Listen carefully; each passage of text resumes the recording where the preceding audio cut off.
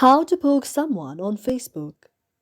If any day any of you are a Facebook user and you'd like to poke someone on the Facebook but you do not know how to do that, just follow the following steps.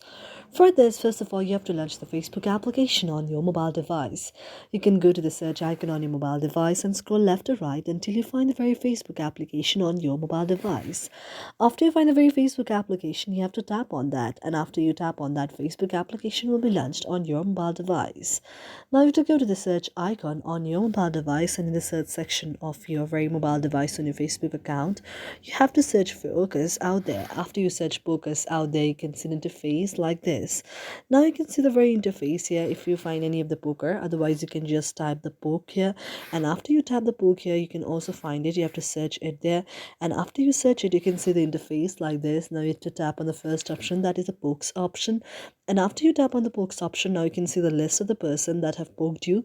Now since here we would like to just poke the person, you can also go to the option of poke back and poke back the very person here.